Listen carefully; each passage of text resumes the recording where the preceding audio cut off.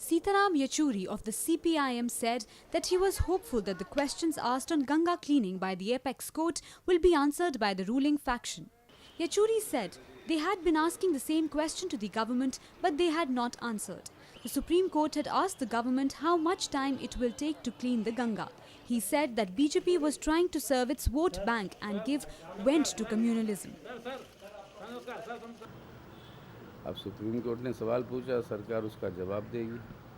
लेकिन हम सिर्फ यही मतलब सवाल है बीजेपी के सामने जो पहले भी हमने पूछा, जो उनका जवाब नहीं दिया। पिछले 20 सालों से वहाँ के जो लोकसभा के सदस्य जो चुने आते हैं वो बीजेपी के। वाराणसी के म्यूनसिपल कॉरपोरेशन का जो मेयर है, जो हेड है, वो बीजेपी का है।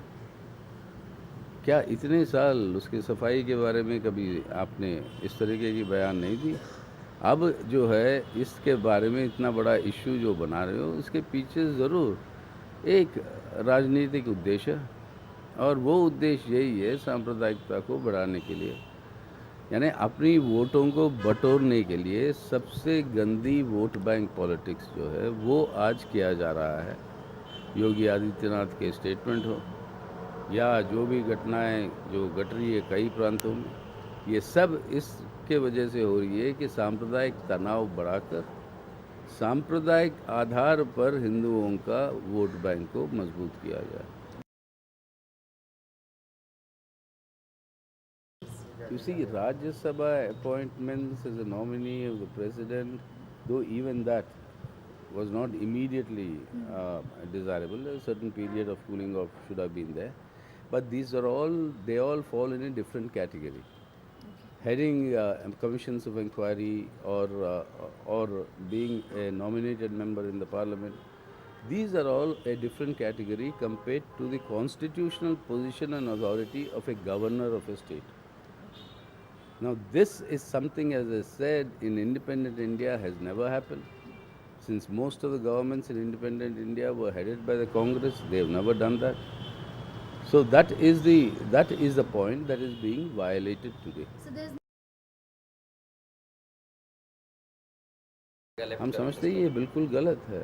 आज तक ये नहीं हुआ, ना होना चाहिए, क्योंकि टीचर्स डे जो है वो है आपकी डॉक्टर सर्वेपल्ली राधाकृष्णन का जन्मदिन पे होता है। सर्वेपल्ली राधाकृष्णन देश के एक महान एजुकेशनिस्ट में से थे।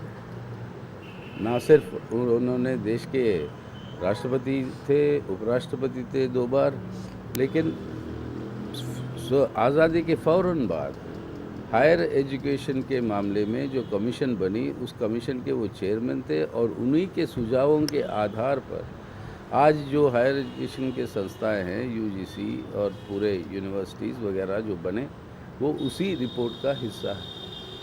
अब उनके नाम पर जो सबसे बेहतरीन टीचर है पूरे हिंदुस्तान में, उनका सम्मान होता है 5 सितंबर हर साल।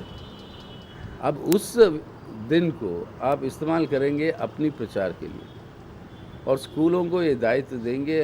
हाँ कि एचआरडी के मंत्री स्पष्टीकरण दिया, ये कंपलसरी नहीं है स्कूलों में।